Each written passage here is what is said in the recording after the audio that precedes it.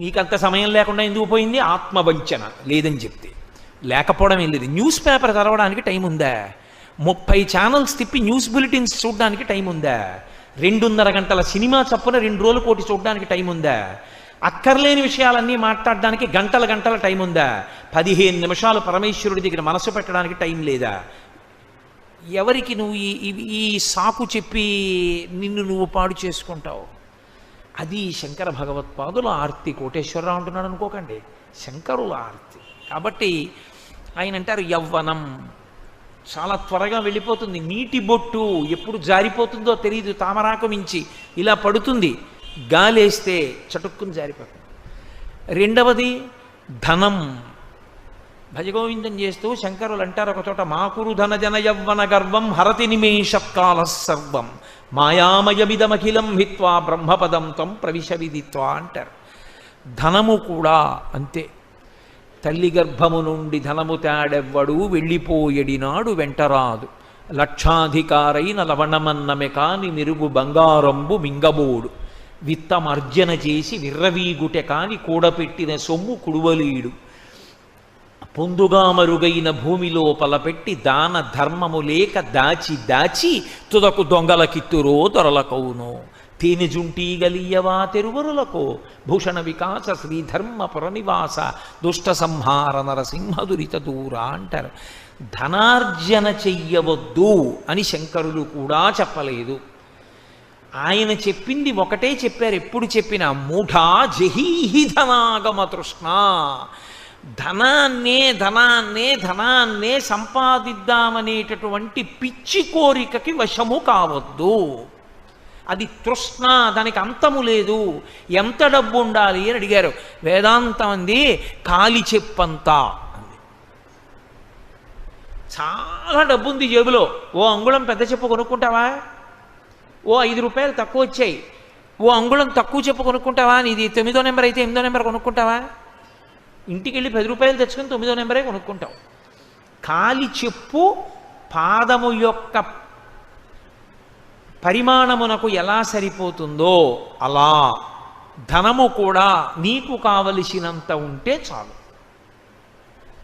అసలు మీకు లోకంలో చిత్రం ఏంటంటే 84 లక్షల జీవరాశులలో తరువాతి తరాలకి కూడబెట్టడం అనేటటువంటి లక్షణం ఉన్న ఏకైక ప్రాణి మనుష్యుడొక్కడే. మిగిలిన ఏ ప్రాణులైనా సరే వాటంతట అవి సంపాదించుకునేంత వరకు ఆహారం పెడతాయి, అంతే, అంతవరకే. తప్పించి ఇక ఆ తర్వాత ఏవీ పెట్టవు. దూడ దానికి గడ్డి తినడం వచ్చేవరకే పాలిస్తుంది, ఆవు తర్వాత తంతుంది, వస్తే తిరిగిపోతుంది, వెళ్ళి గడ్డి తిన్ను అంటుంది, గడ్డి తినాలి దూడ. పక్షి పిల్లకి ఎగరడం వచ్చేవరకే తను తెచ్చి పెడుతుంది. పిల్లకి ఎగరడం వచ్చింది ఇక పట్టించుకోదు, అది తింటుంది అంతే.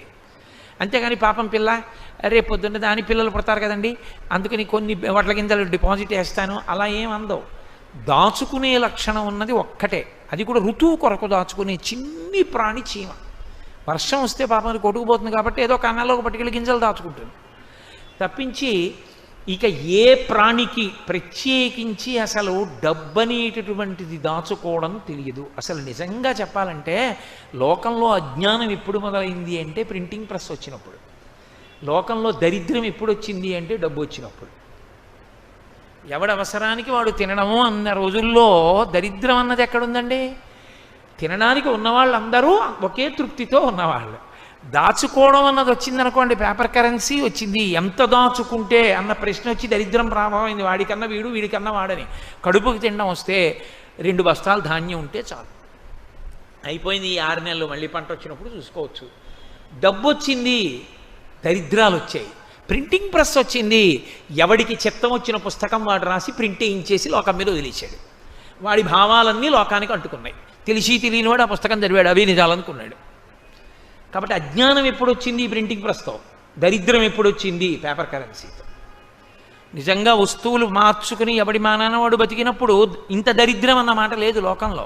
అందరూ తృప్తిగా హాయిగా ఏదో 2 బస్తాలు ధాన్యం ఉంటే చాలు, సుఖంగా బతికేశారు.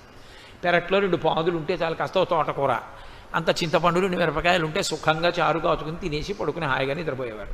అంతకన్నా ఉండడానికి ఏముంటుంది అనేవారు. ఎవరింట్లో ఉన్నా ధాన్యం ఉండేది, ఏమి ఎత్తుకెళ్ళిపోతాడు. డబ్బు వచ్చాక అక్కర్లేని భయాలన్నీ వచ్చేసాయి. కాదు. సరే, ఇప్పుడు నాకు దాని గురించి ఎందుకు కానండి. శంకరులు అంటున్నారు ధనం వద్దని శంకరాచార్యులు వారు చెప్పరు. శంకరాచార్యులు వారే కాదు, ఎవరూ చెప్పరు ధనం వద్దని. ధనము వేదం అంగీకరించింది. ఒంట్లో ఓపిక ఉండగా పగటి కాలమునందు ధనమును ఆర్జన చేయవలెను. లేకపోతే ఇల్లు ఎలా నడుస్తుందండి? యజమాని తీసుకురాకపోతే భార్యాబిడ్డలు ఏమైపోతారు? తీసుకురావాలి యజమాని. అసలు నిక్కచ్చిగా మాట్లాడితే మాతా నిందతి నాభినందతి పిత భ్రాతాన సంభాషతే భృత్యకుప్యతి నానుగచ్చతి సుతా కాంతాపి నాలింగతే అర్ధప్రార్థన శంకయా నకురుతే సల్లాపమాత్రం సుహృత్ తస్మాత్ నైతికమర్ధమార్జన శృణు సఖే విత్తేన సర్వే వశాః అని చెప్పారు. నువ్వు డబ్బు సంపాదించకపోతే, ఒక వయసు వచ్చిన తర్వాత కొడుకు 4 రూపాయలు సంపాదించకపోతే మాతా నిందతి, ఆశీర్వదించడం తప్ప తిట్టడం తెలియని అమ్మ తిడుతుంది.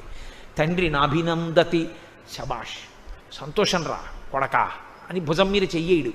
నాభినందతి పిత భ్రాతాన సంభాషతే, అన్నదమ్ములు పలకరించరు. భృత్యకుప్యతి, సేవకుడిని పిలిచి పని చెప్తే చెప్పేవలేవా 5 పైసలు ఇవ్వలేవు అని వాడు కోపం వస్తుంది. నానుగచ్చతి సుత, తండ్రి ఇంటికి వస్తుంటే కొడుకు బయటికి చెంబుతో నీళ్లు తేడు కాళ్ళు కడుక్కోమని.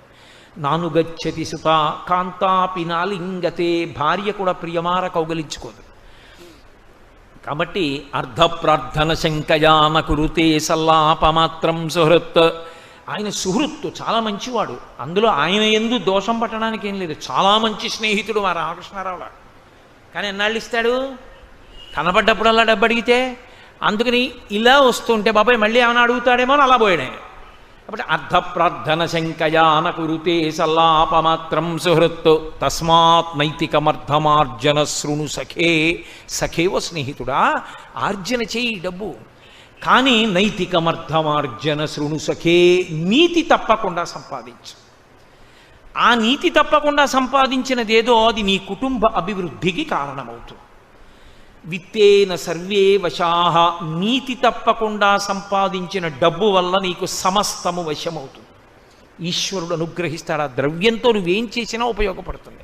కాబట్టి డబ్బు సంపాదించు, కానీ డబ్బు సంపాదించడమే ధ్యేయంగా బతికేస్తే ఇంక దానికి ఏమీ కట్టుబాటే లేదు. సంపాదించడం ఒక్కటే ధ్యేయం. సంపాదించేశావు, దానంత తేలికగా వెళ్ళిపోయేది, దానంత తేలికగా నీ యందు నిరాసక్తత ప్రదర్శించేది ఇంకొకటి లేదు. ఎందుకో తెలుసా? వెళ్ళిపోయినప్పుడు చాలా తేలిగ్గా వెళ్ళిపోతుంది. సిరిదా వచ్చిన వచ్చును సలలితముగ నారికేళ సలిలము భంగిన్ సిరిదా పోయిన పోవును కరిమింగిన వెలగ పండు కరణిని సుమతి. నేను ఎందుకు చెప్పాలి? ఈ కాకినాడ పట్టణంలోనే నేను ఈ ఊరు వచ్చిన కొత్తల్లో ఆయన దగ్గరికి వెళ్ళి ఓ పావుగంట కూర్చుంటుండేవాడిని అరుగు మీద. ఏదో మంచి మాటలు మాట్లాడుతుండేవాడు. ఎంత మంచివాడో, గొప్ప ఐశ్వర్యవంతుడు, అంత డబ్బున్నవాడు. ఏ నాటి చేసుకున్న ప్రారంధ కర్మో నమ్మి ఒక ఆయనకి షూరిటీ పెట్టాడు. ఆయన ఇటు వెళ్ళిపోయాడో తెలియదు. సర్వం నాశనమై ఆయన వెళ్ళిపోయాడు. ఈయనకున్నదంతా తీసేసుకున్నారు. ఆ వార్త విన్నాడు. అంతా జప్తు చేశారు. హాస్పిటల్లో జాయిన్ అయ్యాడు. హార్ట్ అటాక్ వచ్చి చచ్చిపోయాడు. పిల్లలు వీధిన పడిపోయారు. ఉండడానికి ఇల్లు కూడా లేక ఏ ఇంటి ముందు ఆర్తులొచ్చి నిలబడితే అన్నం పెట్టబడిందో ఆ ఇంట పిల్లలు క్రీనీడల యందు తిరిగారు. అంటే తమ యథార్థ రూపాలు కనపడకుండా ఇంటి గోడల క్రీనీడల దగ్గర తిరుగుతూ అన్నం తిన్నటువంటి ఒక కుటుంబం నాకు తెలుసు. తర్వాత తండ్రి చేసిన పుణ్యం ఆ పిల్లలు వృద్ధిలోకి వచ్చారు, అది వేరు మాట అనుకోండి. కానీ ఐశ్వర్యం అనేటటువంటిది ఉండిపోతుందనుకున్నంత వెర్రి ఇంకోట్లేదు. అంత త్వరగా వెళ్ళిపోయేది ఇది అదొక్కటే. పైగా దానికున్నంత నిరాసక్తత లోకంలో ఇంకెవ్వరికీ ఉండదు. వీడికి ఒంట్లో ఓపికున్నంత కాలము దాని మీదే దృష్టి పెట్టి సంపాదించాడు. ఎక్కడుంటుందండి? తీసుకొచ్చి కట్టలు కట్టి సంపాదించిందంతా కోట్లు ఇంట్లో పెడతాడేంటి? అదేమన్నా పరుప పేర్చి ఉంచడానికి తీసుకెళ్ళి బ్యాంకులో వెయ్యాలి. వేస్తే అది పాస్బుక్లో అంకెల రూపంలో ఉంటుంది. ఈయన చచ్చిపోయాడు, చాపేసి పడుకోబెట్టారు హాల్లో. బ్యాంకులోంచి ఒక్క కట్ట పైకి దూకి, అరే ఎంత జీవితం, ఎంత కష్టపడి సంపాదించావురా మమ్మల్ని అని బీరువాలోంచి ₹1 కానీ ఆయన పరుసులోంచే ఒక ₹10 కాగితం కానీ దూకుతుందా పైకి?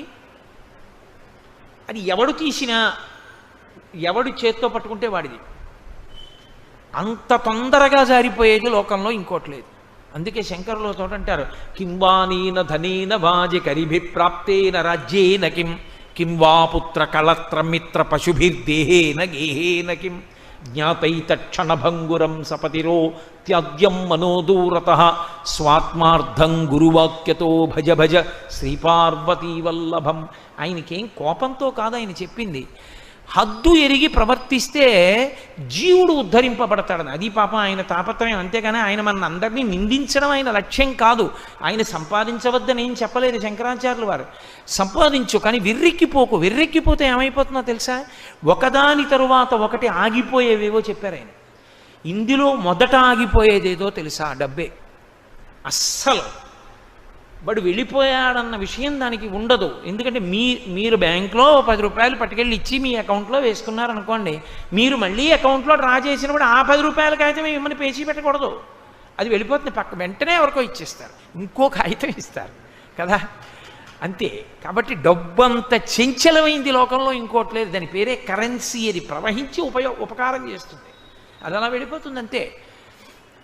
దాని తర్వాత పాపం ఏదో ఆయన్ని శ్మశానానికి తీసుకెడితే కనీసం వాళ్ళ బంధువులందరూ ఆయన కారెక్కి శ్మశానం దాకా కారన్నా వస్తుంది, అనసాధ్యం కూల.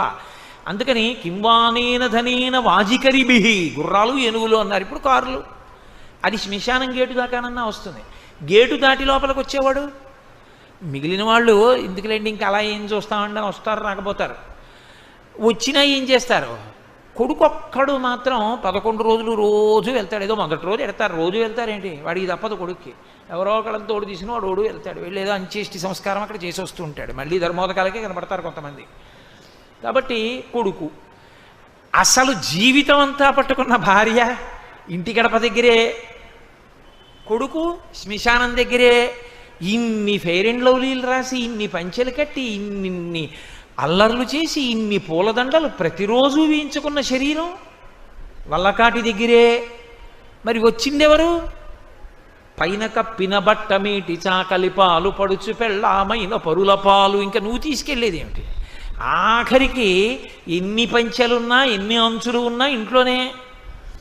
దీని మీద కప్పడానికి మాత్రం ఓ సైనికుడు అట్టుకొస్తారు, కట్టుకొచ్చి అత్యంత సవకబారు వస్త్రం ఒకటి తీసుకొచ్చి కట్టి పట్టుకెళ్ళి తీసి పక్కన పారేస్తారు. అది కూడా పట్టుకుపోయేవాడు ఉంటాడు. ఇంకే ఇది కల్లరి బొమ్మ యౌకాయంబునొల్లా, ఇంటి దొంగల బోలు కొడుకుల నొల్లా, అద్దె కొంపల బోలు ఆ లోకమొల్లా, ఎందుకీ లోకంబులిందుకీ మురుపు, ముందు చావుండంగమురియంగనగునే అంటారు మానస పూజలో.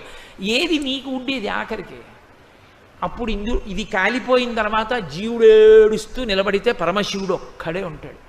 ఎవడు లేక ఎడిచేవాళ్ళు ఉన్నారని ఆయన ఒక్కడే రుద్రభూమిలో కూర్చున్నాడు ఓదార్చడానికి. నేను ఉన్నాను లేరా అంటాడు. అప్పుడు అని రే నువ్వు ఉన్నప్పుడు ఎప్పుడైనా శరీరం ఇచ్చినప్పుడు నన్ను ఒక్కసారి గుళ్ళోకి వచ్చి అభిషేకం చేస్తే ఎంత బాగుపడిపోదురా, ఎంత అల్లరిపడిపోయావు. చెంబుడు నీళ్లు పోయలేరు కదరా నా మీద, పోసి ఉంటే ఎంత అదృష్టవంతుడు అయిపోదురా. పోన్లే, నెక్స్ట్ టైం బెటర్ లక్, పంపించేస్తాడు. మళ్ళీ మనుష్య జన్మ వస్తుందని నమ్మకం ఉంటుంది ఏమిటి. కనుక శంకర భగవత్పాదుల ఆర్తిని మీరు గమనించండి. ఆయన నిందడం ఆయన ఉద్దేశ్యం కాదు. కాబట్టి ధనము సంపాదించు, వద్దని నేను చెప్పట్లేదు. సంపాదించి నీ జీవుని అభ్యున్నత కొరకు కొంత ఖర్చు పెట్టుకో. అక్షయతృతీయ వచ్చింది, కూజ కూడా కొనకుండా మానేకు. ఆ కూజ, అందులో నీళ్లు నిన్ను రేపొద్దున రక్షిస్తాయి. కాబట్టి ఓ కూజ దానం చేసుకో, ఓ పంచల్సాపు దానం చేయి. ఒంట్లో ఓపిక ఉంది కాబట్టి కాస్త గంధం తీ. పరమేశ్వరుడికో ఎవరో పెద్దలకో కాస్త గంధం అలదు నీ చేత్తో. ఓ పుష్పహారం కొని వాళ్ళ మెళ్ళో వేయి. ఒక్క గొడుగు కొని వాళ్ళకి గొడుగు పట్టు. ఉత్తర జన్మల్లో నీకు ఎప్పుడు నీడ దొరుకుతుంది. నువ్వు ఎప్పుడు తప్తమైపోవలసిన స్థితి నీకు రాదు. హాయిగా చల్లగా కూర్చోగలుగుతావు. ఒక్కసారి గొడుగు పడితే అక్షయమై పట్టుకుంటుంది నిన్ను. ఒక్క చెప్పులు జతి కాళ్ళు మాడిపోతూ పరుగులెత్తవలసిన అవసరం నీకుండదు. హాయిగా ఎండలో నిలబడినా కాళ్ళు కాలకుండా నిలబడేటట్టుగా రక్షింపబడతావు. కాబట్టి పరమేశ్వరుడు నీకున్న దానిలో చేసి తరించు తప్ప దాచేస్తే ఏమొచ్చింది. అలాగని దాచద్దు పిల్లలకి ఇవ్వద్దని శాస్త్రం చెప్పలేదు. కొంతైనా నీ జీవుడి కొరకు కూడా ఖర్చు పెట్టుకో. అందరితో పాటు ఇంకోండి కూడా లెక్కలో వేసుకో. నా జీవుడు కూడా వాడు ఉన్నాడు, వాణ్ణి ఉద్ధరించాలిగా. పిల్లలకు అన్నం పెట్టాను, పిల్లల్ని చదివించాను, పిల్లలు పెద్దవాళ్ళు అయ్యారు, పెళ్ళిళ్ళు చేశాను, వాళ్ళను ఉద్ధరించినట్టే ఇంకోడు కూడా ఉన్నాడు. వాడు ఇంట్లో ఉండడు, ఇక్కడే ఉంటాడు. వాడికి ఏదో చెయ్యాలిగా మరి, వాడికి ఉద్ధరణ కొరకు. వీళ్ళు పెద్దవాళ్ళు అయిపోతారు, ఒక్కసారి ఇందులోంచి వీడు బయటికి వస్తే వాళ్ళకి దీనికి సంబంధాలు తెగిపోయాయి. మరి వీడి కోసం వీడు మళ్ళీ ఇంకో శరీరంలోకి వెళ్ళినప్పుడు పట్టుకెళ్ళడానికి కొంత పుణ్యం నేను సర్దాలి కదా. అది వాడి కొరకు కూడా కొంచెం చెయ్యి. ఎక్కడో అక్కడ తెచ్చి వాళ్ళకి పెడుతున్నావా? ఉన్న దాంట్లోనే నిన్ను కోట్లే ఖర్చు పెట్టని చెప్పలేదు శాస్త్రం. పావలా కాసు ఖర్చు పెట్టావు, ఖర్చు పెట్టలేవా? బెంగ పెట్టుకోకు. అలా వెళ్ళిపోతున్న వాడికి కాసిన మంచినీళ్ళు అవి కూడా ఇవ్వలేవా? బెంగ పెట్టుకోకు. పెద్దలకి కాళ్ళు పట్టు, అది కూడా చేయవా? పెద్ద ఆయనకి కుర్చీ ఇచ్చి నువ్వు కింద కూర్చో, అది కూడా చేయవా? పోనీ ప్రసాదం కళ్ళకద్దుకుని నోట్లో వేసుకో. ప్రసాదం కళ్ళకద్దుకుని నోట్లో వేసుకోవడానికి కూడా నీకు అభ్యంతరాలు ఉంటే నిన్ను రక్షించేవాడు ఇంకా లోకంలో ఉండడం. కాబట్టి ప్రసాదం కళ్ళకద్దుకుని నోట్లో వేసుకో. ఒంట్లో ఓపిక ఉందా? ఓ పల్లకి పట్టుకో, ఏదో ఒకటి చెయ్యి. నీకున్నది ఏదో ఒకటి ఈశ్వరార్పణము చెయ్యి.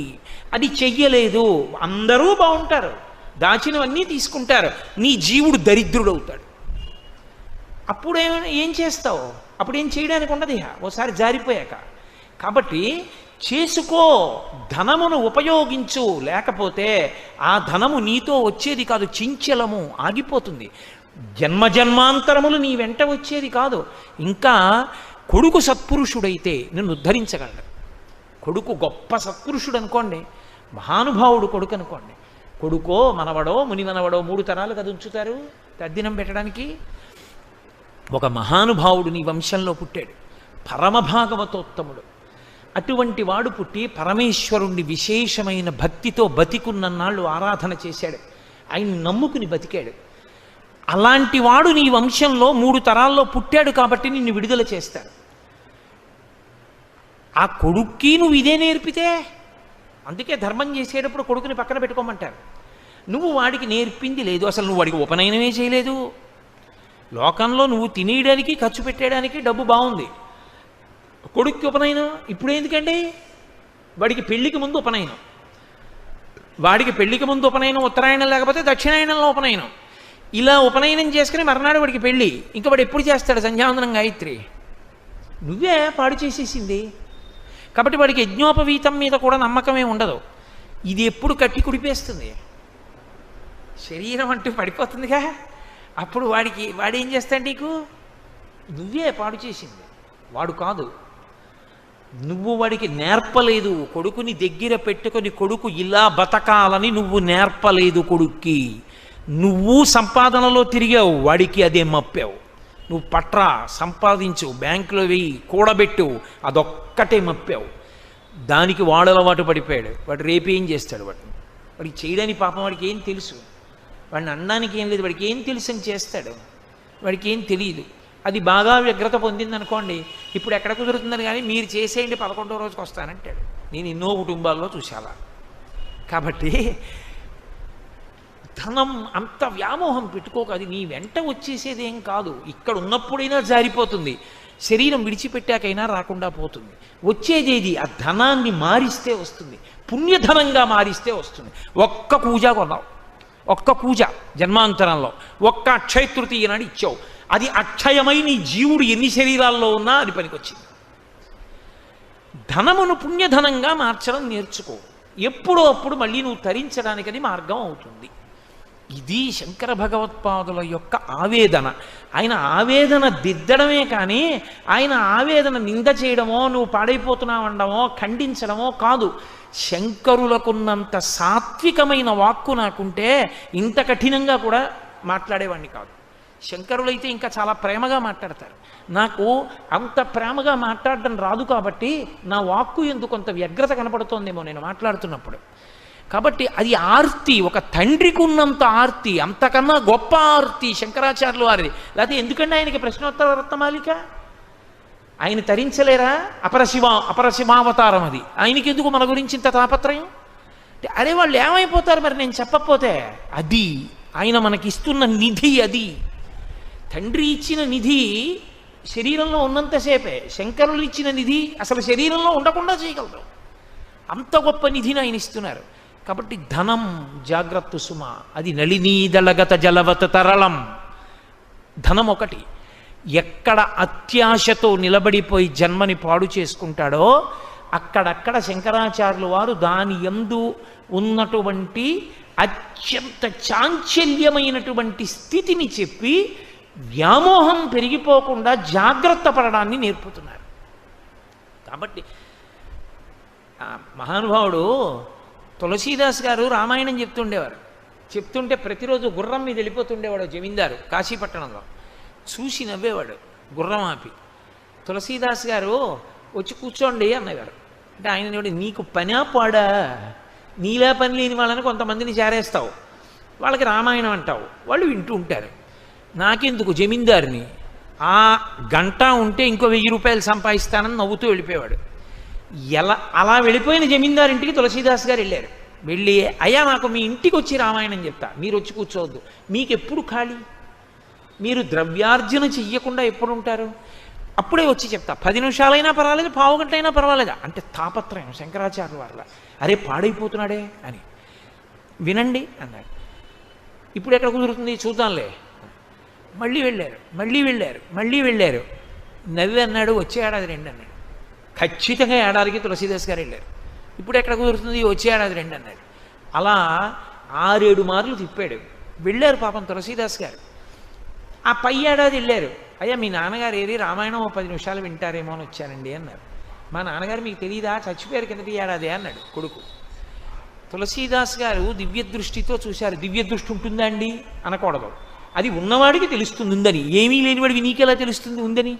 సాధన చేయి నీకు తెలుస్తుంది ఉందని. అన్నం తింటే తెలుస్తుంది ఆకలి తీరుతుందని. తపస్సు చేస్తే దివ్య దృష్టి ఉంటుంది. అంతేగాని వాడికి ఉంటే నువ్వు చేయకుండా అది ఉంటుందా అండి అంటే ఉంటుంది. నువ్వు చేయి తెలుస్తుంది నీకు. కాబట్టి దివ్య దృష్టితో చూశారు. ఎక్కడున్నాడో తెలుసా? కిందటి ఏడాది వరకు జమీందారుగా ఉన్న జీవుడు ఆ ఇంటిలోనే పశువుల కొట్టంలో ఎద్దుగా ఉన్నాడు తాపత్రయానికి. ఇంకా ఐశ్వర్యం మీద భ్రాంతి పోక పొలాలు దున్నడానికి ఆ ఇంటి పశువే అయి ఆ ఇంట్లో నిలబడి ఉన్నాడు. లోపలి జీవుడు గుర్తుపట్టాడు తులసీదాస్ గారిని. ఎద్దు ఆయన వంక చూసి కన్నుల నీరు కార్చింది. ఒక్కసారి మీ దగ్గర రామాయణం వింటే ఇలా అయ్యేవాడిని కాదు. అది వినక ధనమునందు మమకారం పెట్టాను. ఇప్పుడు వాడు యజమాని, వాడేమీ చేయడు. ఇదిగో ఈ పక్కనున్న ఆవుని వాడు దానం చేయడు నా పేరు చెప్పి. అందుకని ఇదిగో ఎద్దునై ఆ పొలాన్ని దున్నుకుంటున్నా, తోక మిలిపెడుతున్నాడు, కంట్లో కారం పెడుతున్నాడు, వీపు మీద కొరడాతో కొడుతున్నాడు, గడ్డి తిని పొలం దున్నుతున్నాను. 1 గంట రామాయణం వింటే ఇలా అయ్యేవాడిని కానన్నాడు. ఆ భాష జీవభాష తులసీదాస్ గారికి అర్థమైంది. ఒకసారి ఇది వదిలిపెట్టాక ఎవడు ఉద్ధరిస్తాడు? ఉద్ధరించేవాడు ఉండడు. కాబట్టి ధనమునందు ఆర్జన ధనమును ఆర్జన చెయ్యకుండా ఉండు. అసలు డబ్బు వద్దు నీకు, డబ్బు వల్ల పాడైపోతావు. ఎందుకు డబ్బులు?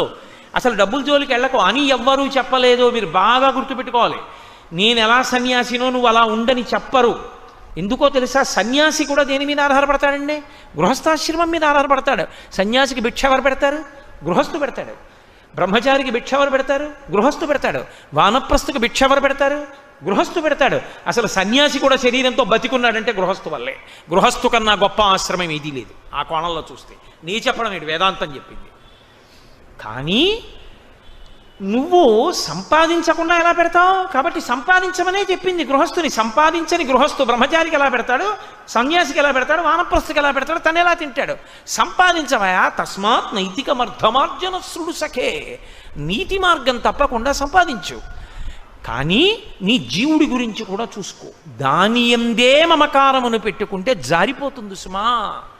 కాబట్టి యవ్వనం ధనం చ ఆయుహు. ఆయుహు శంకర భగవత్పాదులు 3వదిగా చెప్పినది ఆయువుని చెప్పారు. ఆయువు అంటే కాలము కాదు. మీరు బాగా గుర్తుపెట్టుకోవాలి.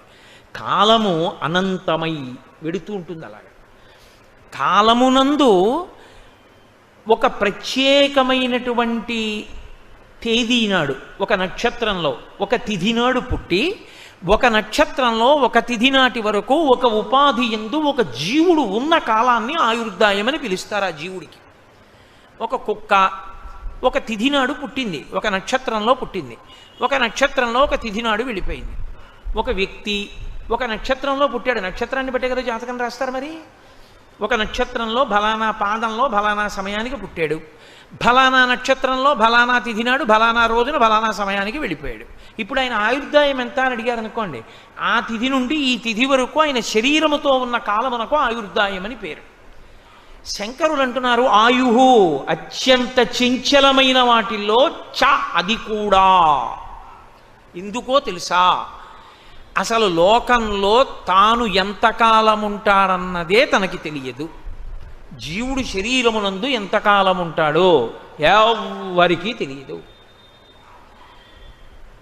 తెలియనప్పుడు నువ్వు ఇందులో ఎంతకాలం ఉంటావో తెలియదు అన్నప్పుడు ఎంత తొందరగా దీన్ని నువ్వు సద్వినియోగం చేయవలసి ఉంటుంది. దీపం ఉండగా ఇల్లు చక్క పెట్టేసేయి. కాబట్టి దీనితో తొందరగా నువ్వు చేయవలసిన మంచి పనులన్నీ చేసేస్తూ ఉండాలి. ఎందుకంటే ఇది ఎప్పుడు జారిపోతుందో తెలియదు కనుక. ఇది ఒక్కసారి ఇందులోంచి జీవుడు పైకి వచ్చేసాడు అనుకోండి, పోయిందంతే, ఆయుర్దాయం అయిపోయింది. ఎందుకని అంటే శంకరులు భజగోవిందంలో అంటారు, యావత్ పవనో నివసతి దేహే తావత్ పృచ్చతి కుశలంగేహే గతవతి వాయో దేహాపాయే భార్యాభిభ్యతి తస్మిన్ కాయే. ఊపిరి లోపలికెళ్ళి పైకొచ్చింది, బతికున్నాడు. పైకెళ్ళిన ఊపిరి లోపలికి తీశాడు, బతికున్నాడు. ఊపిరి తీసి విడిచిపెడుతున్నాడు, బాగున్నారా అండి అని అడుగుతారు అందరూ. మంగళం శివం శోభనం భద్రం శ్రేయం అందరూ ప్రశ్న వేస్తారు. కులాసాగా ఉన్నారా అంటారు. ఊపిరి తీశాడు, విడిచిపెట్టలేదు, విడిచిపెట్టాడు, తీయలేదు. ఇప్పుడు కాయం, ఇక దాన్ని కులాసాగా ఉన్నారా అని ఎవ్వరు అడగరు, అంతిమ దర్శనమే చేస్తారు. ఆయన వెళ్ళిపోయాడంట. మరి శరీరం అక్కడే ఉందిగా, అది శరీరం కాయం. మరి ఇంతకన్నా నువ్వు ఎప్పుడూ ఆయన్ని చూడలేదు కదా, ఇది చూసేగా అడిగేవాడు బాగున్నావా అని. అబ్బా అలా నాతో మీరు వాదన చేయకండి. కానీ ఆయన మాత్రం కాదు, ఆయన వెళ్ళిపోయారు. మరి అది ఆయన కాయం, ఆయన శరీరం.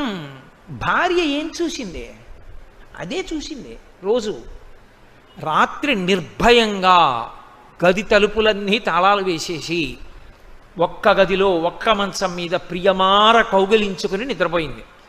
ఏమా బయట చాలా వానగా ఉంది, మబ్బులు వేసేసాయి, రేపు తీసుకెళ్ళి చేస్తాం అంత్యేష్టి సంస్కారం, ఇవాళ రాత్రి కూడా అలా పడుకోండి ఇద్దరు అంటే ఆవిడ అంటుందట, బిభ్యతి భయపడిపోయి, నీ మొహం ఏట్సా, అది శరీరం తస్మిన్ కాయే, అది శరీరం రా అంటుంది. శంకరులు అంటున్నారు, ఓరి పిచ్చాడా, నీ గౌరవం అంతా ఎక్కడుందో తెలుసా? ఆ ఊపిరి వెళ్ళి రావడం మీద ఉంది. ఎవరు తీయించేది? పెళ్ళమా, పిల్లలా, సాటి ఉద్యోగులా, సమాజమా? ఎవ్వరూ కాదు. 1,000,000 మంది వైద్యులు కూడి వచ్చినా కానీ మరణమయ్యడి వ్యాధి మాన్పలేరు. పరమేశ్వరుడు ఊపి రాగిపోవాలని శాసనం చేస్తే 1,000,000 మంది వైద్యులు వచ్చి అక్కడ నిలబడినా ఇంకొక ఊపిరి వారు తీయించలేరు. అంటే నేను నింద చేశాను వైద్యులని మీరు అనుకోకూడదు. వైద్యో నారాయణో హరిహి, ఈశ్వర స్వరూపం, నేను కాదనంటలేదు. కానీ వైద్యుడు కూడా ఈశ్వరుడి సహకారంతో చేయగలడు తప్ప ఆయు ప్రమాణాన్ని పెంచేయలేడు. కాబట్టి ఎప్పుడు జారిపోతుందంటే ఎవరికి తెలుసు? ఎప్పుడు ఏ ప్రాణి ఎక్కడ శరీరం విడిచిపెట్టేస్తుందో తెలియదు.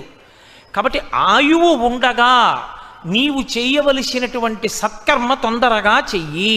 ఎప్పుడో చేస్తానని మంచి పనులకు తేదీల నిర్ణయం చేసుకుని ఉండిపోకు. ఓ మంచి పని, చాలా మంచి పని అని నీకు తెలుసు, దాన్ని సాధ్యమైనంత తొందరగా చెయ్యి. ఎందుకో తెలుసా? ఇందులో ఉండగా నువ్వు చేయగలవు. ఇది దాటితే ఇక నీకు సత్కర్మాచరణము లేదు. మనుష్య జన్మలో ఉంటేనే చేయగలవు. కాబట్టి సత్కర్మ చేసేసేయి. ఒక చోట ఒక విచిత్రమైనటువంటి ఐతిహ్యం చెప్తుంటారు. ఒక చిన్న కథ, చాలా చిత్రమైంది ఒకటి ప్రతిపాదన చేస్తూ ఉంటారు. ధర్మరాజు గారు రాజసూయాగం అంతా పూర్తి చేసేశారు. రాజసూయాగం కూడా కాదు, పట్టాభిషేకం పూర్తయిపోయింది ఆయనకి. పట్టాభిషేకం పూర్తయిపోయి ఆయనే మహారాజు. బడలిపోయాడు. మరి ఇన్ని పనులు చేసి ఓ పెళ్లి చేస్తేనే బడలిపోదాం, ఆ పట్టాభిషేకం అంతా ఇన్ని దాన ధర్మాలు చేసిన వాడు బడలిపోడండి. అలిసిపోయి ఉన్నాడు. ఎక్కడి నుంచో బ్రాహ్మణుడు వచ్చాడు. అయ్యా ఒక్క గోవు దానం చేయండి, నాకు బతికేస్తాను అన్నాడు. అంటే ధర్మరాజు గారు అన్నారంటారు సుమండి, మహాభారతం అంతర్గతమని మీరు అనుకోకండి, ఓ మంచి సందేశం ఇవ్వడానికి చెప్తారు. రేపు రమ్మను, దానం చేస్తాను అన్నాడు. వెంటనే భీముడు అన్నాడు, నగారాలు మోగించండి అన్నాడు. అంటే ఏదైనా చాలా గొప్ప మంగళప్రదమైన విశేషం జరిగితే కోటలో నగారాలు మోగుతాయి. నగారాలు మోగించండి అన్నాడు. నగారాలు మోగించాడు. ధర్మరాజు తెల్లబోయాడు. ఇదేమిటి, నేను కదా రాజుని, నాకు తెలియకుండా కోటలో ఏ శుభం జరిగింది, ఎందుకు మోగించారు నగారాలు అని సేవకుల్ని పిలిచాడు. దేనికి మోగే నగారాలు అన్నాడు. మాకు తెలియదు, భీమసేన మహారాజు గారు మోగించమన్నారు, మోగించాం. ఏది భీమసేనుణ్ణి పిలవండి. ఎరా తమ్ముడా, ఎందుకు మోగించావు నగారాలు? అన్నయ్య, ఇంతకన్నా శుభమే ఉంటుంది లోకంలో, ఇవాళ నువ్వు అంత గొప్ప విషయాన్ని సాధించావు. ఏం సాధించానురా? రేపు దానం చేస్తానన్నావు కదా గోవుని, అంటే రేపటి వరకు బతికుంటానని నమ్మకమే కదూ. రేపటి వరకు బతికుంటానని చెప్పావంటే నువ్వు కాలాన్ని విజయం సాధించావు, కాలము మీద అదుపు సంపాదించావు. నువ్వు ఎంతకాలం ఉంటావో నీకు తెలుసు అనమాట. లేకపోతే రేపు చేస్తానని ఎందుకంటావు? మంచి పని. అందుకని ఇంతకన్నా గొప్పది ఎక్కడ ఉంటుంది, అందుకని నగారాలు మోగించమన్నానన్నాడు. ధర్మరాజు గారు వెంటనే ఆలోచించి ఆ బ్రాహ్మణుణ్ణి తీసుకురండి, గోదానం చేసేస్తానన్నాడు. పుణ్యకర్మాచరణమునకు శరీరమును వెంటనే వాడు. అలా వాడకపోతే తరువాత వచ్చేటటువంటి సమస్యలకి విరుగుడు ఉండదు. ఇక నువ్వు ఎన్ని వేళ్ళు విరుచుకోవడానికి ఏమి ఉండదు. ఈ చేతిని పట్టుకుంటే కదా వేళ్ళు విరుచుకోవడం. కాబట్టి ఆయువు ఉంటుందని నమ్మకము లేదు. అందుకే ఉన్న ఆయుర్దాయాన్ని ఎంత సద్వినియోగం చేసుకుందామని తాపత్రయపడ్డారు. భాగవతం అంతా ఎక్కడి నుంచి వచ్చిందండి? 12 స్కంధాల భాగవతం రావడానికి కారణం 7 రోజుల్లో నువ్వు చచ్చిపోతావన్నారు పరీక్షిత్తుని. ఆయన ఏడవలేదు. అయ్యి బాబాయ్ చచ్చిపోతాను, ఈ రాజ్యం ఏమైపోతుందని ఆయన ఏం అనలేదు. అన్నీ విడిచిపెట్టి గంగ ఒడ్డున కూర్చున్నాడు. ప్రాయోపవేశం చేసి అమ్మా అని పిలిచిన నరు పొమ్మా అని ముక్తి కడకు ముత్తువట లెమ్మా నీ రూపముతో రమ్మా నాకెదురంగ గంగ రమ్యతరంగా అని పిలిచాడు. పిలిచి దర్భాసనం వేసి కూర్చుని మహానుభావుడు ఒక మాట చెప్పాడు. ఉరగాధీశ విషానలంబునకు మీ నొప్పింతు ఈశ్వర సంకల్పము నేడు మానదు భవిష్యజ్జన్మ జన్మంబులన్ హరి చింతారతియున్ హరి ప్రణుతి హరి భాషాకరణ నాసక్తియున్ హరి పాదాంబుజ సేవయున్ కలుగు మీరర్ధిన్ ప్రసాదింపరే అన్నాడు. నాకు 7 రోజులే అభివృద్ధాయమని నేను ఏడవట్లేదు, ఎప్పుడో అప్పుడు విడిచిపెట్టాలి ఈ శరీరాన్ని. నాకు కావలసింది ఈ 7 రోజులు నేను ఏది చెయ్యడం వల్ల, ఏది వినడం వల్ల, ఏది చదవడం వల్ల నేను మళ్ళీ మళ్ళీ జన్మలను స్వీకరించినా దాని యందు పరమేశ్వర సేవ చెయ్యగలిగినటువంటి ఉత్తమ బుద్ధిని పొందుతానో అటువంటి మంచి విషయాన్ని నాకు మీరు బోధ చెయ్యండి అన్నాడు. అందుకొచ్చింది భాగవతం అంతా. 7 రోజులు సుఖబ్రహ్మ కూర్చుని భాగవతం చెప్పారు పరీక్షిత్తుకి. ఆర్తి కలిగి అడిగాడు. కాబట్టి ఒక్క మంచి ప్రశ్న, ఉన్న ఆయుర్దాయమును చక్కబెట్టుకొనుట, ధర్మము కొరకు ఈశ్వరుని కొరకు నిలబడగలుగుట, అది నిన్ను ఉద్ధరణ వైపుకి తిప్పుతుంది. కాబట్టి ఏదో ఒక్కటి పట్టుకోవడం ప్రయత్నం చెయ్యి, లేకపోతే ఆయువు జారిపోతుంది. ఇప్పుడు ఎందుకంటే అవన్నీ రిటైర్ అయిపోయిన తర్వాత అంటావా? దంతంబుల్ పడనప్పుడే తనువు ఎందారూఢియున్నప్పుడే కాంతాసంఘము రోయనప్పుడే జరాక్రాంతంబు కానప్పుడే వింతల్ మేన చెరించునప్పుడే కురుల్ వెల్వెల్ల కానప్పుడే చింతింపన్వలి మీ పదంబుజములన్ శ్రీకాళహస్తీశ్వర. ఇవాళ పొద్దున్న మంచి అధికార పదవిలో ఉండి వెలిగిపోతూ ఏదో అక్కడికి వెళ్ళి కార్యక్రమాన్ని చక్క పెడదామని బయలుదేరి వెళ్ళిపోతున్నటువంటి వ్యక్తి కొన్ని రోజుల పాటు శరీరం ఎక్కడో ప్రేతమై పడిపోతే తెలియనటువంటి స్థితిలో పడిపోయినటువంటి సంఘటనలు తెల్లవారి లేస్తే మనం చదువుతున్నాం. ఆయుర్దాయం తనది అయిపోతోందని, తాను ఇంక ఉండనని, తాను వెళ్ళిపోతున్నానని ఆయనకి తెలుసా? తెలిస్తే ఎక్కడికో పెడతాడా? ఏ పుణ్యకర్మాచరణమో చేసుకోడా? ఆయుర్దాయమంత చించలం ఇంకొకటి లేదు. నిత్యమా జీవితము నీటిపై బుగ్గ. నీటి మీద బుడగ ఎంతసేపు ఉంటుంది ఎవరికి తెలుసు? అబ్బా ఎంత రంగో అనేటప్పటికీ చిటుక్కుని పేలిపోతుంది. శరీరము ఆయుర్దాయము కూడా అంతే. ఎప్పుడు అంతమవుతుంది తెలుసున్నది పరమేశ్వరుడికి ఒక్కడికే. ఇక్కడ గంట మోగుతూనే ఉంటుంది ఎప్పుడు, lub dub lub dub lub dub అని. పరమేశ్వరుడు దర్శనమిస్తున్నాడు. గుర్తేమిటి? గుడి తీసిందని గుర్తేమి? గంట మోగుతూ ఉంటుంది. గంటలు మోగుతున్నాయి, ఈశ్వర దర్శనం అవుతోంది. ఇక్కడ పరమేశ్వరుడు కూర్చునున్నాడు. నీవారస్సూకవత్తన్వీ పీతాభాస్వత్యనూపమా ఇక్కడ ఉన్నాడు. ఆయన పని ఏమిటి అంటూ ఉంటాడు. లబ్ అనచ్చా డబ్బని, లబ్ అనచ్చా డబ్. ఎప్పుడో ఆయన లెక్క పెడతాడు. చిత్రంగా కూర్చుని గుప్తంగా లెక్క పెడతాడు శ్వాసలు. ఇంకా నేను ఇక్కడ ఉండక్కర్లేదనుకుంటాడు. అయిపోయింది. వెంటనే ఉత్తరీయం తీసి మీదేసుకుని బయటికి వెళ్ళిపోతాడు. తర్వాత డబ్బం లేదు, గంట అయిపోయింది, అంతే. శివం శవం అయిపోయింది. కాబట్టి ఆయుర్దాయము అంత చటుక్కున పూర్తవుతుంది, అంత చమత్కారంగా వెళ్ళిపోతారు. కాబట్టి ఎట్నుంచి వెళ్ళాడు ఎవ్వరికీ తెలియదు. ఇంట్లో ఉన్న వాళ్ళు ఎట్నుంచి వెళ్ళాడో తెలుసు, ఆఫీస్కి వెళ్తే ఎట్నుంచి వెళ్తాడో, ఏ ద్వారంలోంచి బయటికి వెళ్తాడో తెలుసు. దాని తమాషా కాలిపోను. ఇందులోంచి వెళ్ళినప్పుడు ఎట్నుంచి వెళ్ళాడో చుట్టూ ఉన్న వాళ్ళకు కూడా తెలియదు, అంత చమత్కారంగా వెళ్ళిపోతాడు. కాబట్టి చాలామంది వెళ్ళిపోయారు, నేను ఒక్కడినే వెళ్ళన్నాను అనుకోకు సుమా. వేదాంతాన్ని వేదాంతంగా సత్యంగా స్వీకరించు. నేను ఒక మాట చెప్తే చాలా కఠినంగా మీకు అనిపిస్తుంది, కానీ నేను ఒక్క యథార్థం మీతో మనవి చేస్తాను, ఆలోచించేయండి. నేనేమి ఇప్పుడు అది వెంటనే మీరు అంగీకరించాలని కానీ మిమ్మల్ని ఒత్తిడి చేయడం కానీ నా ఉద్దేశ్యం కాదు. ఖచ్చితంగా నేను చెప్పే మాట కఠినంగానే ఉంటుంది, కానీ దానంత కరదీపిక మనిషి జీవితాన్ని చక్కబరుచుకోవడానికి ఇంకొకటి లేదు. నువ్వు దీన్ని విడిచిపెడతావా అంటే పింకితనంగా నీ చచ్చిపోనండి అన్నవాడికి నేనేం చెప్పలేను. పక్కింట్లో దొంగలు పడ్డారు, నీ ఇంటికి తాళాలు ఇస్తున్నావు. నాన్నగారు వెళ్ళిపోయారు, తద్దినం పెట్టావు. తాతగారు వెళ్ళిపోయారు, తద్దినం పెట్టావు. అమ్మ వెళ్ళిపోయింది, తద్దినం పెట్టావు. నీ తరంలో నీకన్నా ముందు పుట్టిన పెద్దనాన్నగారి పెద్దబ్బాయి వెళ్ళిపోయాడు, నీ లెక్క కూడా ప్రారంభమైంది. వరుస క్రమంలో పడ్డావు, పేర్లు పిలుస్తున్నారు. ఇంకా ఎప్పుడో అప్పుడు విడిచిపెడతాను అని ముందు అసలు నమ్మడం మొదలుపెట్టావు అనుకో, ఇది వదిలిపెట్టేస్తానండోయ్ అన్నావు అనుకో, నాన్నగారు అన్నదమ్ములు అందరూ వెళ్ళిపోయారు, పెద్దనాన్నగారు వెళ్ళిపోయారు, నాన్నగారు వెళ్ళిపోయారు, బాబాయ్ గారు వెళ్ళిపోయారు, పిన్నులు వెళ్ళిపోయారు, పెద్దమ్మలు వెళ్ళిపోయారు, అమ్మ వైపు పెద్దమ్మలు వెళ్ళిపోయారు, పినతలు వెళ్ళిపోయారు, బాబాయిలు వెళ్ళిపోయారు, అందరు వెళ్ళిపోయారు. నెక్స్ట్ ఎవరు? ఈ పేపర్ అంతా తీసి పక్కన పెట్టేశారు, తర్వాత ఆర్జితం వాళ్ళని పిలుస్తారు. నా తరమేగా. నా తరంలో నేను ఇంకా 20 ఏళ్ళు సర్వీస్ ఉందన్నవాడిని 6 ఏళ్ళు సర్వీస్ ఉందికి వచ్చేసాను. అంటే వృద్ధుడిని అయిపోతున్నానా? శరీరం మారిపోతుందా? జర్జరీభూతం అయిపోతుందా? మా పెద్ద నాయన గారి పెద్ద అబ్బాయి వెళ్ళిపోయాడు, నా అన్నయ్య. ఇద్దరం కలిసి మేడ మీద కూర్చొని మాట్లాడుకునేవాళ్ళం జాజిపందిరి కింద. వెళ్ళిపోయాడు వాడు. వెళ్ళిపోయేప్పుడే ఏడాది అయిపోయింది. వాడు వెళ్ళిపోయాడు. అంటే మా తరంలో వెళ్ళిపోవడం ప్రారంభం అయిపోయింది. నా పేరు కూడా పిలుస్తారు ఇప్పుడు. అప్పుడు నేను వెళ్ళవలసిందే. నేను రానని మొరాయించడానికి ఏమి ఉండదు. ఆయనంత నిర్దాక్షిణ్యంగా తీసుకెళ్ళేవాడు ఎవరు ఉండడు. 5 minutes ప్లీజ్ అంటే ఆయన ఏమి ఆగడం, 1 సెకండ్ ఆగడ తీసుకెళ్తాడు. అలా తీసుకెళ్ళిపోతాడు. నేను వెళ్ళిపోతాను, ఇందులోంచి జారిపోతానని నమ్మావనుకో, అదొక్కటి నమ్మితే చాలంతే. రోజు పెద్ద దాని గురించి ఉపన్యాసాలు ఇంట్లో మాట్లాడుతుండాలి ఏం అక్కర్లేదు. జస్ట్ ఎ బిలీఫ్, ఇందులోంచి వెడతాను, నేను నిర్గమిస్తాను అని నమ్మితే పాపము చెయ్యలేవు. ఎందుకో తెలుసా? అరే ఇది విడిచిపెట్టి వెళ్ళాక ఖాతా అడుగుతాడు రా ఒకడో, ఒరే నువ్వేం చేసావురా దాంతో నాకు తెలియదు అనుకున్నావా అంటే లేనిపోని గొడవ వస్తుందిరా. వద్దు, మనకి ఎందుకు వచ్చిన గొడవ? ప్రారంభం అయిపోయిందా? వెళ్ళిపోయాడా వాడు పెద్దనాన్నగారు అబ్బాయి? ఎప్పుడు పిలుస్తాడో, ఎందుకు వచ్చిన గొడవ? పోనీ 20 ఏళ్ల తర్వాత పిలవని, 25 ఏళ్ల తర్వాత పిలవని, 10 ఏళ్లలో పిలవని, కానీ పిలుస్తాడు కదూ. పేరు పిలిచి తీరుతారు. పేరు పిలిచారు, అయిపోయిందంతే.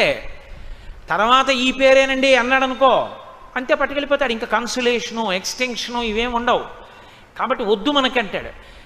అసలు దీన్ని వాడి పిచ్చాడు, చచ్చిపోయాడు, కానీ నేను ఎక్కడ పోతానండి అన్నాడు అనుకో, ఇంకా వాడిని ఎవడు ఉద్ధరించలేడు. మీరు ఆలోచించండి. వాడు వెర్రాడండి, వాడికి ఏం తెలియదు, వాడు చచ్చిపోయాడు, నేను ఎందుకు చచ్చిపోతాను అన్నాడు అనుకోండి, ఏమైనా చేస్తాడు. ఎందుకంటే అసలు వాడికి ఇంక ఎవరికి లెక్క చెప్పాలి? వాడు ఇందులోనేగా ఉంటాడు. పిచ్చి అనుకుని పోయి ఎక్కడికో పోతాడు.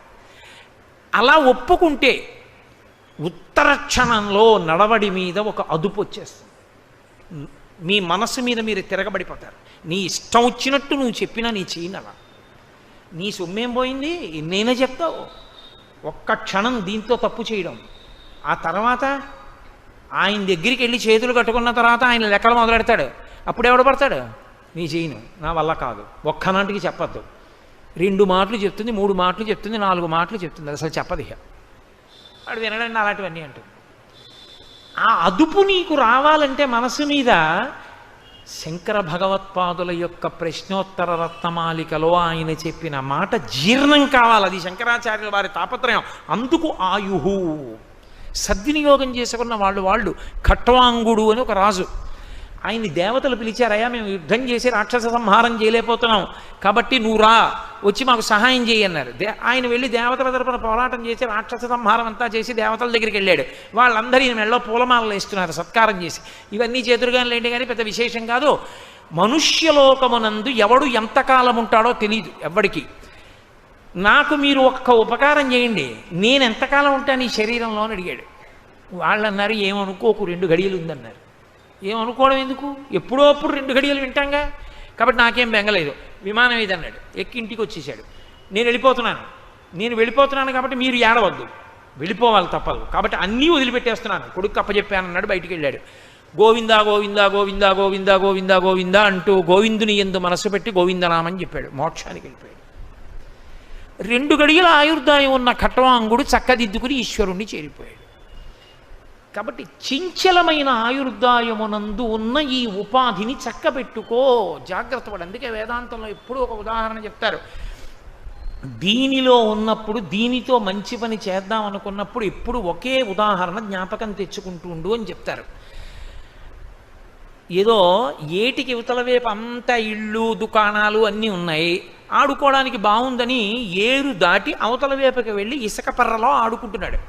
ఏదో గీత గీసుకుని కబడ్డీ ఆడుకుంటున్నారు. ఆడుకుంటుంటే ఆ పైనుంచి వచ్చాడు ఒక ఆయన, పెద్ద కేకలేశాడు. సమయం లేదు, మహా అయితే 20 నిమిషాలు. పైనుంచి వరద వచ్చేస్తోంది, పైన వానలు పడ్డాయి, ఆ పైన ఉన్నటువంటి ఆనకట్ట తలుపులు తెరిచేశారు, వరద వచ్చేస్తోంది, ఈ పడవ నిలబడదిక, దీంతో మీరు దాటలేరు, వరద వచ్చేస్తే తొందరగా ఎక్కేసి దాటేయండి అన్నాడు. ఆడుకుందామని వచ్చినటువంటి వాళ్ళు ప్యాంట్లు చొక్కాలు విప్పి అక్కడ పెట్టి దట్టీలు కట్టుకుని ఆడుకుంటున్నారు. ఇప్పుడు ప్యాంటు మీద తాపత్రయమా, చొక్కా మీద తాపత్రయమా, పరుసు మీద తాపత్రయమా, కర్ర మీద తాపత్రయమా, దేని మీద తాపత్రయం? దట్టీతో ఉన్నవాడు దట్టీతో పడవెక్కి ముందు దాటేస్తాడు, పైకి చూస్తూ వచ్చేస్తోందేమో వరదని. గబగబా దాటి అవతలకి దూకేసి అమ్మయ్య, ఒరే పరుసు పోతే పోయింది కానీ ఇచ్చుకో వచ్చేసి చూసా, అమ్మయ్యా ఊళ్ళోకి వచ్చేసాం, యువతల గట్టి ఎక్కేసాం. ఇప్పుడు గట్టెక్కి వరదను చూస్తాడు నిర్భయంగా. పైగా అంటాడు, మహానుభావుడు చెప్పాడు రా, ఆ ఒక్క మాట చెప్పుండకపోతే కొట్టుకుపోతుండ్రా, ఇందులో ఏం అదృష్టం రా, పోతే పోయిందిలే, బట్టలు పోతే పోయాయి, పరుసు పోతే పోయింది, మళ్ళీ సంపాదించుకోవచ్చు, యువతలకు వచ్చేసాం. అదిగో వరద రాకముందు దాటడానికి ఇచ్చిన తెప్ప. ఈ తెప్పని నువ్వు అంత తొందరగా వాడుకుంటూ ఉండాలి. ఏమో ఎప్పుడు వస్తుందో ఎవరికి తెలుసు వరద, చెప్పిన వాడు ఉన్నాడు, చెప్పడానికి శంకరాచార్యులు వారు ఉన్నారు. వస్తుంది వరద, జాగ్రత్త, తెప్ప వాడేసుకో తొందరగా వాడేసుకో. అవసరం ఉన్నా లేకపోయినా ఎక్స్పైరీ డేట్ ఉంటే గబగబా తీసేసి ఆ క్రీమ్ ఒళ్ళంతా రాసేస్తామే, ఆ పాటి ఈ శరీరానికి లేకపోతే అన్యాయం కదండి వాడుకోవడానికి. కాబట్టి అది శంకరాచార్య స్వామి వారి యొక్క తాపత్రయం. కాబట్టి ఏదో ఇంకా రేపు ఎల్లుండి భోగాలు లెక్కలు ఇవి పెట్టుకుని తాపత్రయ పడకరా. ఆయుర్నశ్యతి పశ్యతాం ప్రతిదినం యాతిక్షయం యవ్వనం ప్రత్యాయంతి గతాః పునర్న దివసాః కాలో జగద్భక్షకః లక్ష్మీస్తోయ తరంగ భంగ చపలా విద్యుచ్చలం జీవితం తస్మాన్ మాం శరణాగతిం కరుణయా త్వం రక్ష రక్షాధునా అంటారు. సూర్యభగవానుడికి ఓ కొడుకో కూతురు యముడు, యమున వెనక్కి రాదు, ముందుకెడుతుంది. కాలము ముందుకెళ్ళిపోతుంది. యముడు ముందుకెళ్ళిపోతున్న కాలంలో ఏ జీవుండి శరీరం నుంచి విడిపించాలో వాడిని నిర్దాక్షిణ్యంగా విడిపించేస్తాడు. కాబట్టి సూర్యోదయ సూర్యాస్తమయముల యందు నీ ఆయుర్దాయం అయిపోతోంది. రామకృష్ణ పరమహంస తెల్లవారగానే నేల మీద పడి తలకొట్టుకు ఏడిచేవారు. మేనలు అడిగేవాడు, ఎందుకు ఏడుస్తున్నావు మామా అని. ఊరే ఇంకొక రోజు అయిపోయింది రా, కాళీమాత దర్శనం అవ్వలేదు నాకు అనేవారు. అంత ఆర్తి లేకపోయినా పోనీ ఏదో అకస్మాత్తుగా అంత బెంగ పెట్టేసుకోక్కర్లేదు, కానీ కనీసం దీంతో చేయవలసిన వాటి ఎందు కూడా ఒక త్వర, అయ్యో చేద్దాం అనేటటువంటి ఒక సంకల్ప నిష్ఠ ఏర్పడడం చాలా మంచిది. అంతకన్నా మినహాయింపు ఇచ్చి మాట్లాడేస్తే అది శంకరాచార్యుల వారి స్తోత్ర వైభవాన్ని డైల్యూట్ చేశాడంటారు చూసారా, అలా అంత గంభీరమైన విషయాన్ని నేను పలసన చేసినట్లు అవుతుంది. అందుకని అక్కడ అంత మాట్లాడాలి తప్ప అంతకన్నా కిందకు వచ్చి మాట్లాడాలి.